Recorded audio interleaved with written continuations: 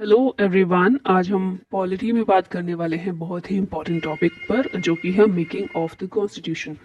ठीक है, जो प्रक्रिया है कॉन्स्टिट्यूशन की, या फिर कैसे शुरुआत हुई थी, पहली मीटिंग, पहले प्रेसिडेंट, इलेक्टेड प्रेसिडेंट, ये सब चीज़ों के बारे में हम बात करने वाले हैं। तो चलिए शुरू करते हैं पहले क्वेश्चन से। तो सबसे पहला हमारा प्रश्न है, डॉक्टर राजेंद्र प्रसाद को संविधान सभा का अध्यक्ष कब चुना गया था?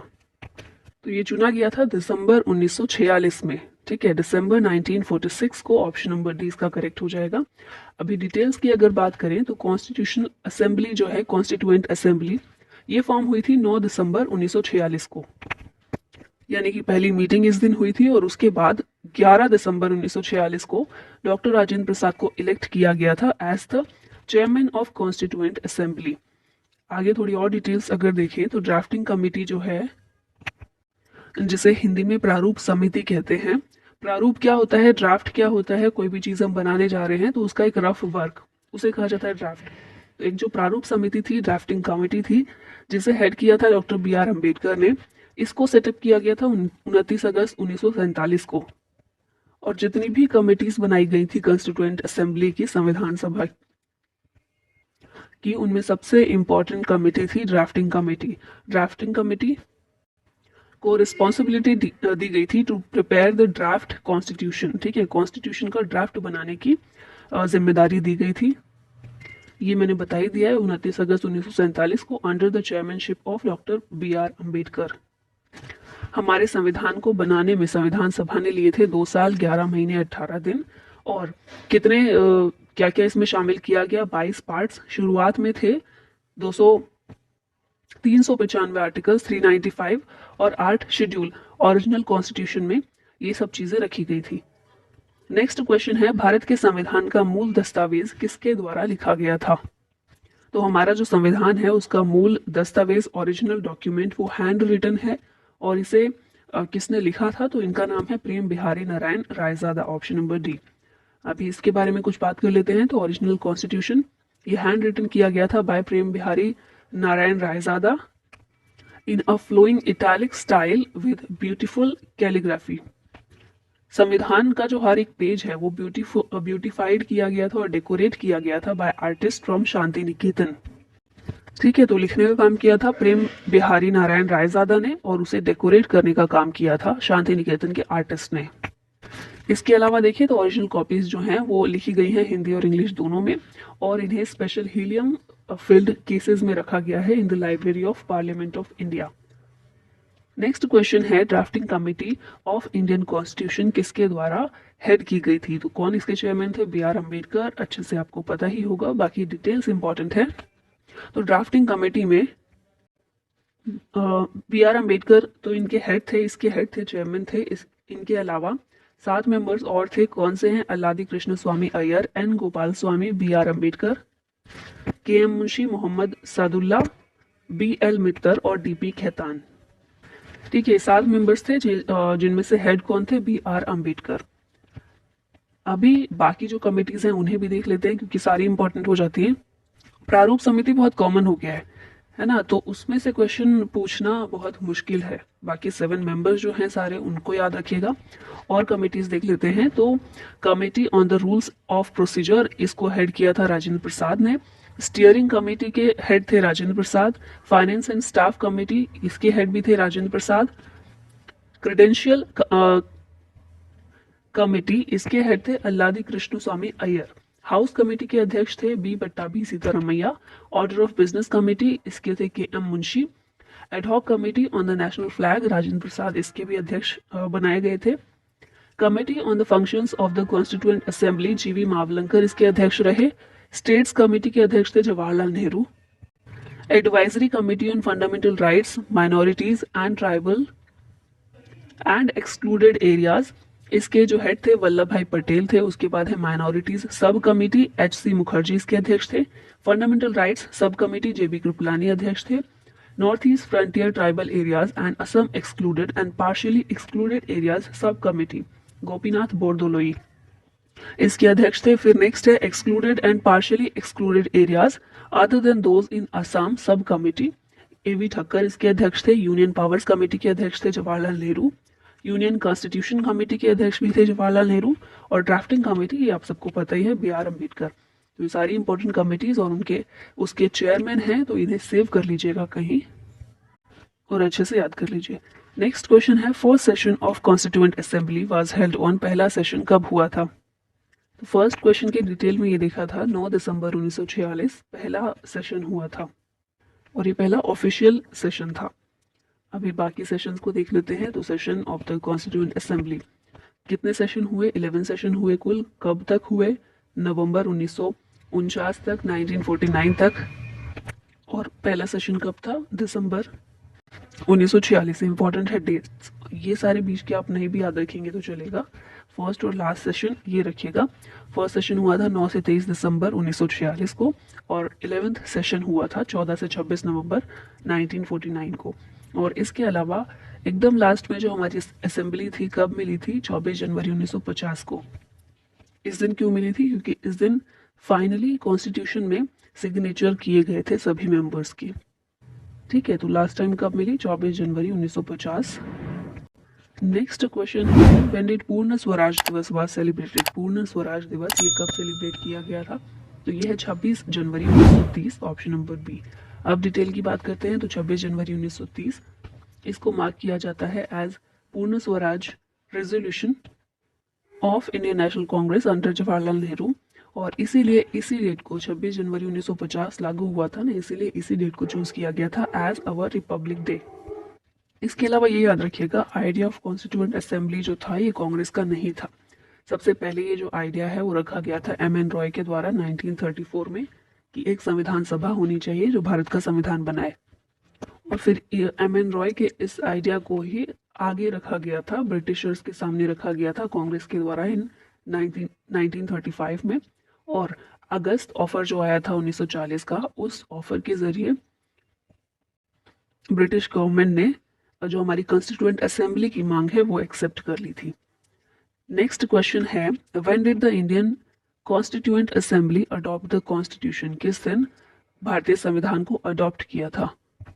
तो ये होगा 26 नवंबर 1949, 1949। ठीक है, ऑप्शन नंबर ए इसका होगा। जैसा संविधान की प्रस्तावना हम देखते हैं उसमें भी लिखा हुआ है, यही डेट लिखी हुई है। तो जब भी पूछा जाए अडॉप्ट कब किया था, 26 नवंबर 1949 को किया था।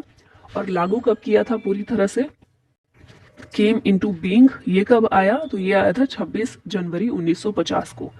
ठीक है, बाकी कुछ चीजें देख लेते हैं। तो संविधान सभा जो हमारी है कॉन्स्टिट्यूएंट असेंबली, उसने रेटिफाई किया था इंडिया की मेंबरशिप ऑफ द कॉमनवेल्थ को कब? मई 1949 में, 1949 में। कॉन्स्टिट्यूएंट असेंबली ने अडॉप्ट किया था नेशनल फ्लैग को 22 जुलाई 1947 को। और अगर बात करें नेशनल एंथम, ये कब अडॉप्ट किया गया था? 24 जनवरी 1950।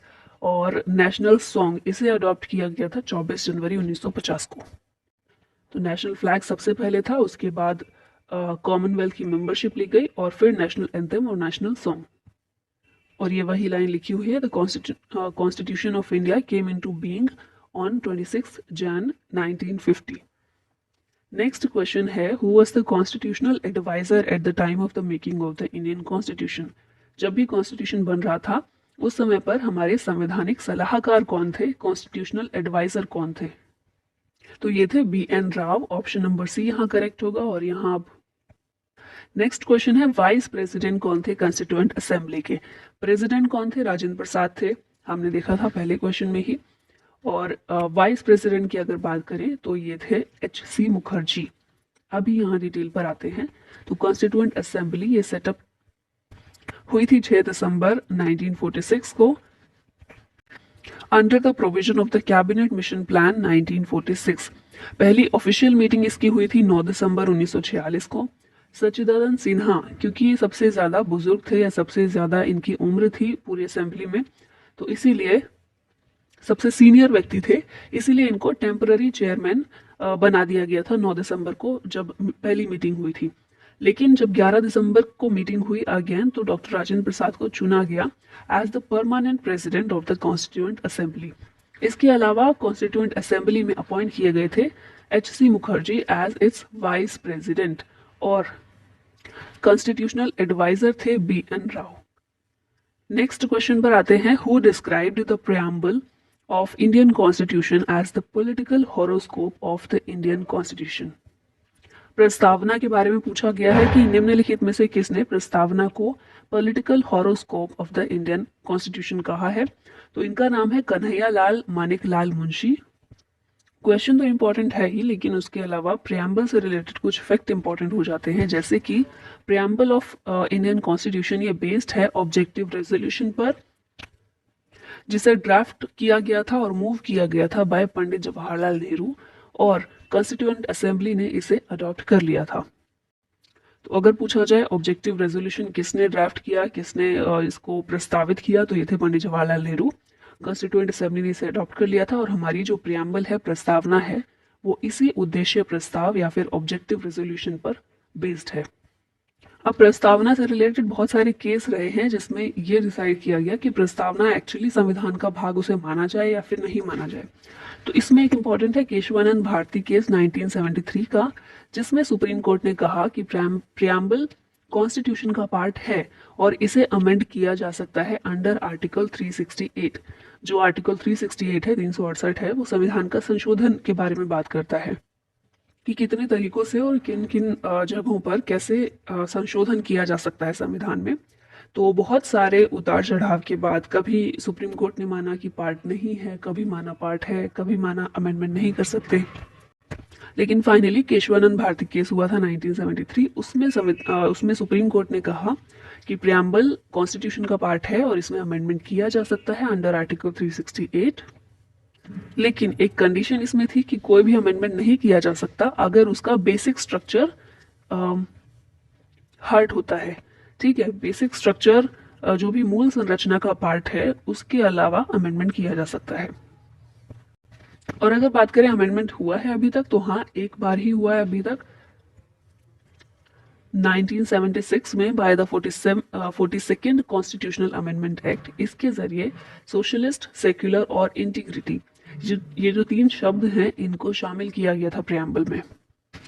नेक्स्ट क्वेश्चन पर आते हैं, how many members of constituent assembly signed the constitution of India. कितने मेंबर्स ने साइन किया था कॉन्स्टिट्यूशन को। तो ये थे 284 मेंबर्स, 284 सदस्यों ने संविधान जब बनकर तैयार हो गया था तो उस पर साइन किए थे। अब यहाँ पर इसकी डिटेल अगेन इंपॉर्टेंट हो जाती है। तो सबसे पहले बात करें तो जो संविधान सभा का गठन हुआ था, किस आधार पर हुआ था, कैबिनेट मिशन के आधार पर। इसमें किस तरह का अरेंजमेंट था कि 292 मेंबर्स जो होंगे ये इलेक्ट किए जाएंगे through the provincial legislative assemblies. उसके बाद 93 मेंबर्स रिप्रेजेंट करेंगे इंडियन प्रिंसली स्टेट्स को और 4 मेंबर्स रिप्रेजेंट करेंगे चीफ कमिश्नर्स प्रोविंसेस को। तो इस तरह से इन सभी को मिलाकर टोटल 389 सदस्य होने थे हमारी संविधान सभा में।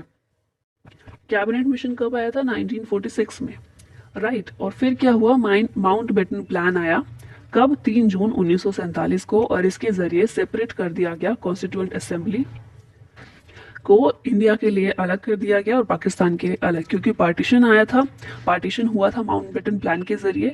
और क्योंकि ये जो प्लान आया, इसके बाद फिर क्या किया गया, पाकिस्तान के लिए एक अलग कॉन्स्टिट्यूएंट असेंबली के गठन का प्रस्ताव किया गया और व्यवस्था की गई। इसके बाद बहुत सारे मेंबर्स यहाँ से माइनस हो गए और फिर 389 से कितने बचे, 299। तो इन 299 सदस्यों ने मिलकर ही हमारी संविधान सभा का गठन किया था और बाद में संविधान बनाया। और इनमें से 284 मेंबर्स ही प्रेजेंट थे जिस दिन सिग्नेचर होने थे। कौन सा दिन था, 24 जनवरी 1950। तो 299 में से 284 मेंबर्स प्रेजेंट थे और इन्होंने ही 24 जनवरी 1950 को हमारे कॉन्स्टिट्यूशन पर हस्ताक्षर किए। नेक्स्ट क्वेश्चन है, भारत के संविधान का मूल दस्तावेज किसके मार्गदर्शन में हैंड क्राफ्टेड किया गया उसको। ठीक है, तो ये हमने देखा था जो हैंड क्राफ्ट हुआ था, जो भी सजावट की गई थी, डेकोरेशन की गई थी, वो शांति निकेतन के कलाकारों ने की थी। लेकिन उन्हें किसने गाइड किया था इस चीज के लिए, तो ये थे नंदलाल बोस। ठीक है, डिटेल देख लेते हैं, ज्यादा क्लियर हो जाएगा। तो ओरिजिनल कॉन्स्टिट्यूशन जो था ये हैंड क्राफ्ट किया गया था bye artist of Shanti Niketan, और इन आर्टिस्ट को गाइड किया था नंदलाल बोस ने। हर एक पेज में कुछ आर्ट वर्क किया गया था और कैलीग्राफी की गई थी इन हिंदी एंड इंग्लिश। और ये जो लिखावट थी किसकी थी? प्रेम बिहारी नारायण रायजादा। कॉन्स्टिट्यूशन जो है हमारा पब्लिश कहाँ हुआ था? देहरादून में, और इसको फोटो लिथोग्राफ किया गया था बाय सर्वे ऑफ इंडिया के द्वारा। इसे प्रिजर्व किया गया है in helium filled case in parliament.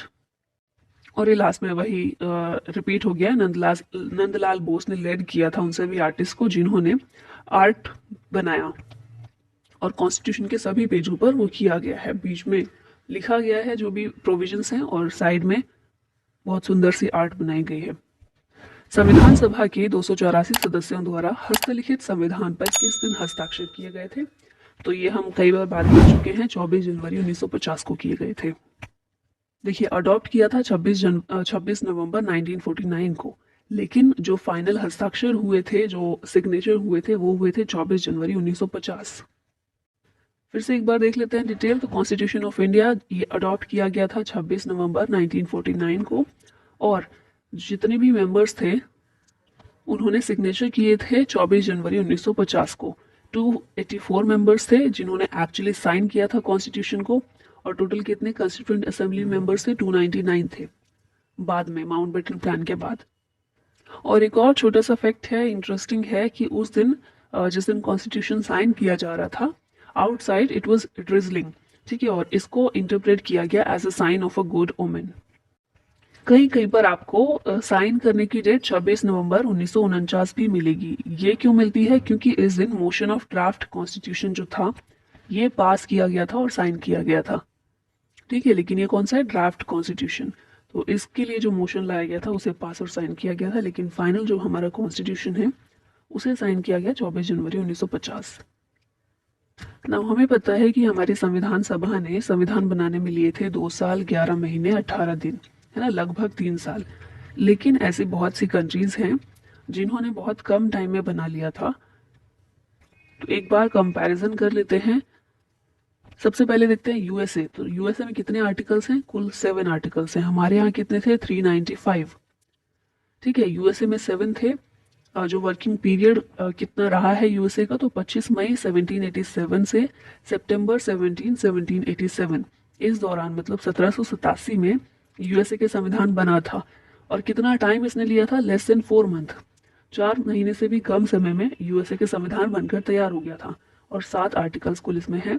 Canada की बात करें तो कुल 147 आर्टिकल्स हैं, और इसका जो टाइम पीरियड है, वर्किंग पीरियड है, 10 अक्टूबर 1864 से मार्च 1867, ठीक है, 1864 से 1867 के दौरान। और इसने लिया था अबाउट 2 years and 6 months।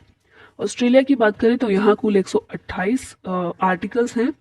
इसकी वर्किंग पीरियड की बात करें तो मार्च 1891 से जुलाई 9 1900, और इसने लिए थे अबाउट 9 years। बहुत लंबा समय लिया ऑस्ट्रेलिया का संविधान बनाने में। फिर साउथ अफ्रीका की बात करें तो यहाँ पर है 153 आर्टिकल्स। इसका वर्किंग पीरियड था अक्टूबर 1908 से सितंबर 20 1909, और इसने लगभग 1 साल लिया संविधान बनाने में। और भारत की स्थिति तो आपको पता ही है। नेक्स्ट कुछ फैक्ट्स की बात कर लेते हैं। तो कैबिनेट मिशन हमने बात की, जिसके तहत हमारी कॉन्स्टिट्यूएंट असेंबली का गठन किया गया। इसमें कुल 3 मेंबर्स थे, और कई बार इस तरह के क्वेश्चन आ जाते हैं कि 4 ऑप्शन दिए और बताइए इनमें से कौन कैबिनेट मिशन का सदस्य नहीं था, ठीक है। तो कौन थे ये आपको याद रखना है। पैथिक लॉरेंस, स्टेफोर्ड क्रिप्स और एवी अलेक्जेंडर। कब कैबिनेट मिशन भारत आया था? डेट याद रखिएगा, 24 मार्च 1946 को, और इसने अपना प्लान पब्लिश किया था 16 मई 1946 को। हमारी जो कॉन्स्टिट्यूएंट असेंबली है उसने काम करना शुरू किया था दिसंबर में, ठीक है। लेकिन उससे पहले कॉन्स्टिट्यूएंट असेंबली मिली थी एज डोमिनियन लेजिस्लेचर ऑन 17 नवंबर 1947, क्योंकि आपको पता होगा कि हमारी जो इंटरिम गवर्नमेंट थी वो कौन थी? हमारी जो कॉन्स्टिट्यूएंट असेंबली थी उसी को एज इंटरिम गवर्नमेंट फॉर्म कर दिया गया था, वो तत्काल रूप से सरकार चलाने के लिए। तो कब मिली थी? 17 नवंबर 1947 को पहली बार। और इसने अपना स्पीकर इलेक्ट किया था जीवी मावलंकर को, तो ये याद रखिएगा। फर्स्ट इलेक्टेड पार्लियामेंट ये कब आई? मई 1952 में, इलेक्शन के बाद।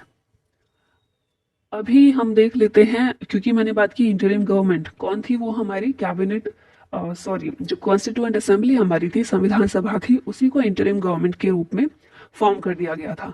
तो उस इंटरिम गवर्नमेंट में कैबिनेट किस तरह के थे, कौन कौन था कैबिनेट मिनिस्टर्स, कैबिनेट में कौन शामिल थे, इनकी बात कर लेते हैं।